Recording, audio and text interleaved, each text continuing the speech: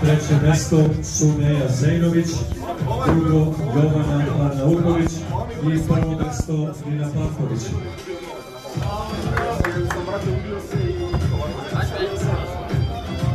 Nagrade i priznanja najboljim takmičarkama uručit će Bina Delić, predsjednica Powerlifting kluba Kup iz Trstenika.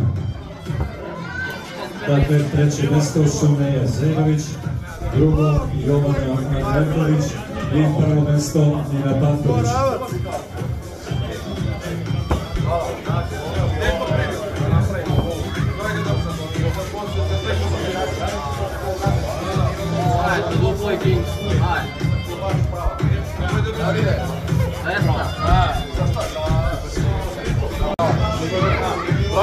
Ovo mi je 12.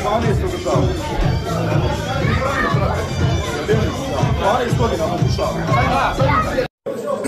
Analizu za neku zvučnost. Ne da Bože. Ne, za Golden Arm da stavimo nešto u channel, u YouTube.